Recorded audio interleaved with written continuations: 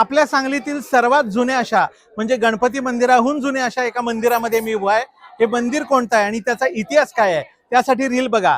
सुमारे 1400 वर्षापूर्वी बनशंकरी बदामी येथील देसाई पाटील या कुटुंबानं या भागात स्थलांतर केलं, तसंच या भागाची पाटीलकी देखील मिळवली। त्यातीलच परगोंडा पाटील यांच्याकडून यातील मोठ्या मूर्तीची स्थापना इसवी सन 1504 साली झालेली आहे। त्यावेळेला हे मंदिर लाकडी धाब्याचं होतं। या मंदिराचा अनेक वेळा जीर्णोद्धार केला गेला असून सध्या संगमरवरामध्ये बांधलेलं हे मंदिर आपण पाहत आहात।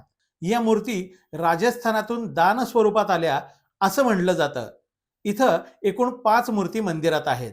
सन 1898 ते 1904 या काळामध्ये मंदिराचा जीर्णोद्धार समस्त जैन मंडळींनी केल्याचा शिलालेख मंदिराच्या शिखराच्या मागील बाजूस आहे। हे मंदिर इथं वसण्यापूर्वी सध्या गाव भागातील श्री केशवनाथ मंदिर जिथं आहे तिथं होतं अशी दंतकथा आहे।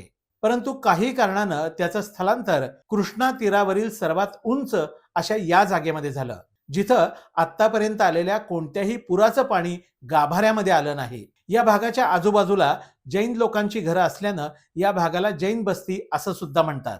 या ठिकाणी मंदिराच्या समोर सुरुवातीला परंपरेप्रमाणे मानस्तंभ नव्हता, पण कालांतरानं त्याचं काम 1972 साली पूर्ण झालं। त्याचप्रमाणे पूर्वीच्या मंदिरातील काही दुर्मिळ मूर्ती तसंच भेट आलेल्या मूर्ती या ठिकाणी जतन करून ठेवलेल्या आहेत। इथं महावीर जयंतीचा उत्सव मोठ्या प्रमाणात साजरा केला जातो आणि परंपरेप्रमाणे गाव जेवण देखील असतं। तर हा होता सांगलीतील सर्वात जुन्या मंदिराचा इतिहास। सर्वांना महावीर जयंतीच्या हार्दिक शुभेच्छा देतो। या पुरातन जैन मंदिराला आपण जरूर भेट द्या आणि अशाच माहितीसाठी इन्स्टावाले काका हे पेज फॉलो करा।